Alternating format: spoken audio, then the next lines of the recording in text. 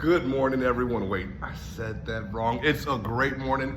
Today we're talking about confidence. Confidence in being a better public speaker. Where does your confidence come from? You might say, well, I don't have any confidence. Well, where is it? Where does confidence actually come from? One day I had my students, they all sat down in class as they normally would. And I said, wait, hold on. None of you checked the chairs. They said, what? I said, none of you sat down in these chairs and not one of you checked the chair. You didn't check its stability. You didn't say, will you have my back? Can you support me? Will you not drop me? None of you did it. You just blindly sat down in the chair. And they all said, we sat down in the chair because we trust it. We trust it to work. And I said, why is it that you trust a chair you've never met, but you can't trust yourself and you live with you? It's always been you and you don't trust yourself. You have more trust in a chair that you've never met than yourself that you live with your whole life. One said, well, I sit in the chair because I know what it's designed to do. I know its function.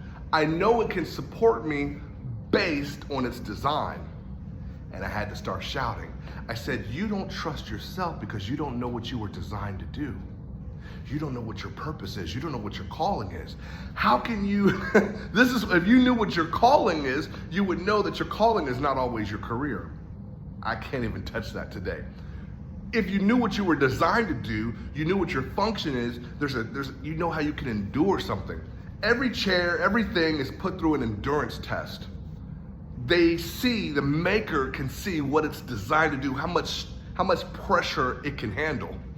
Which is why you know that maybe a 600-pound person probably could not fit on this chair, because that chair, most chairs probably were not designed to fit a 600-pound person. But at least every average school chair, it can fit that. It can fit a 200-pound person, 300-pound person, 100-pound person, whatever the case is. You know what it's designed to do because you know the function of it because you know what it's designed to do. Maybe you don't know your function. Maybe you feel dysfunctional. But if you knew what you were designed to do, then you know what you can handle. Okay, confidence.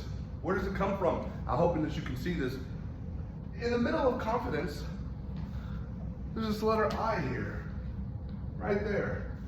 But also, in anxiety, there's an I. Now, I think it's interesting, where do you place your I? Where's your I? Is your I in the middle of anxiety?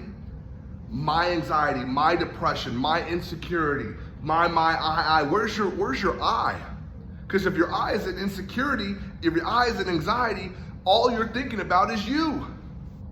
But the speech is not for you. Whenever you're making a speech, the speech is not for you. It's about you.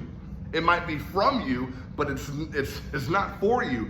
Every speech you give is for your audience, which means your eye is in the wrong place. Your focus. You're worrying about you. Well, what if I mess up? What if I don't do well? What if I get off track? What if I lose my place? What if do you see how you sound? You're thinking about you. What if you make a difference? What if you change somebody's life? What if your speech changes generations? What if you make an impact? What if somebody was going to commit suicide, but they heard your words and they said, I can't? Where's your I? And if your eye is in the middle of anxiety, your focus is in the wrong place. You've got to put your eye in confidence. Now, your confidence comes from you knowing what you're designed to do. I've never seen Michael Jordan get scared to dunk.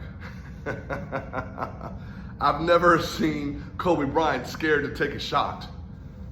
What are you designed to do? If you don't know your function, you'll feel dysfunctional. You gotta write that down. If you don't know your function, you'll feel dysfunctional. Okay.